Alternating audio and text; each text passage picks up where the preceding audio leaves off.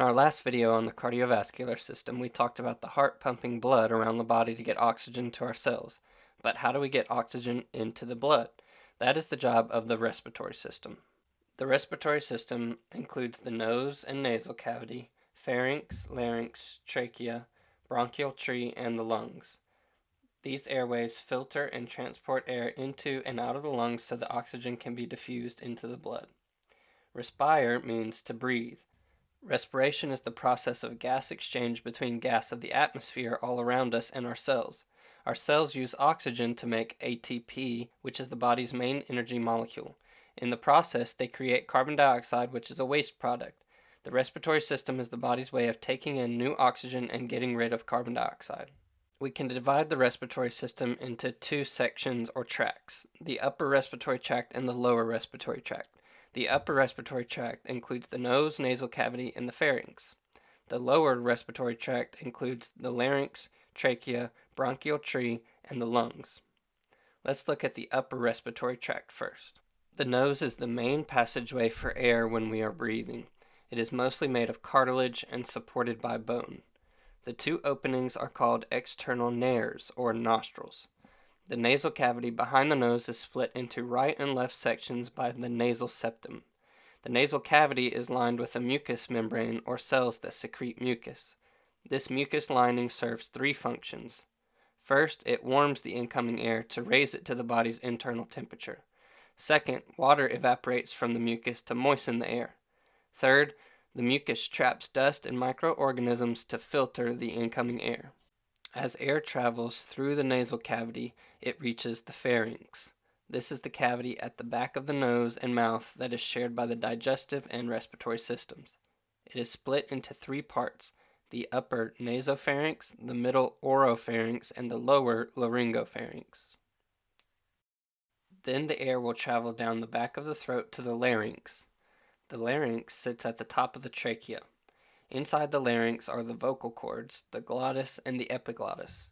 The vocal cords are a pair of muscular folds that vibrate when air is forced through. This vibration generates sound waves. As we change the shape of our mouth, tongue, and lips, we can form words. Forcing more air past the vocal cords at one time produces a louder sound, and the amount of tension changes the pitch. When we are relaxed and breathing normally, the vocal cords are relaxed and there is an opening between them called the glottis. This allows air to travel into the trachea. However, whenever you swallow food or liquid, the larynx rises up and a piece of cartilage called the epiglottis presses down to cover the opening. This forces food and liquid into the esophagus. As air moves down the respiratory system, it enters the trachea. The trachea is a tube for air that is 12.5 centimeters long. It sits in front of the esophagus. Once it reaches the thoracic cavity, it splits into the right and left bronchi. All of these rings represent cartilage that prevents the windpipe from collapsing. It is also lined with cells that have special hair-like structures called cilia. These ciliated cells and the mucous membrane they make up filter incoming air, and the hair-like structures sweep trapped particles up away from the lungs. The bronchial tree is all of the branching airways that go from the trachea into the tiny air sacs in the lungs. There are two main divisions, the right and left bronchi. Then those bronchi continue to split off into smaller branches until you get bronchioles. Then those bronchioles branch into extremely small, thin tubes that ultimately end in alveoli, the small air sacs where molecules of gas are exchanged between the blood and the atmosphere. The lungs are two large but soft and spongy organs that lie in your chest cavity on either side of your heart. They sit on top of your diaphragm. The right lung is slightly larger than the left, and it is split into three lobes instead of two. The lungs expand as you take in air, which is called inspiration or inhalation, and they contract as you breathe out air, called expiration or exhalation. Atmospheric pressure, or the pressure of so many gas molecules in the atmosphere, assists us in normal breathing because as pressure decreases inside the lungs, outside air is pushed into our lungs by atmospheric pressure.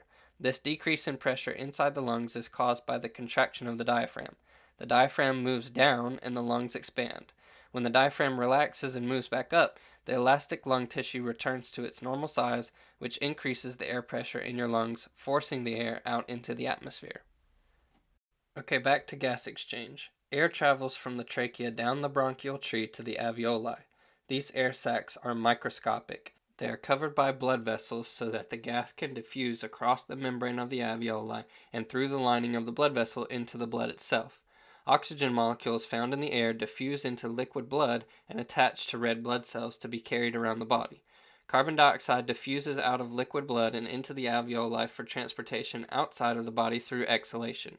The cause for this is a difference in partial pressure, or the amount of pressure each gas in a mixture contributes. Because the partial pressure of oxygen is higher in the alveolus, oxygen diffuses into the blood vessel, and vice versa for carbon dioxide.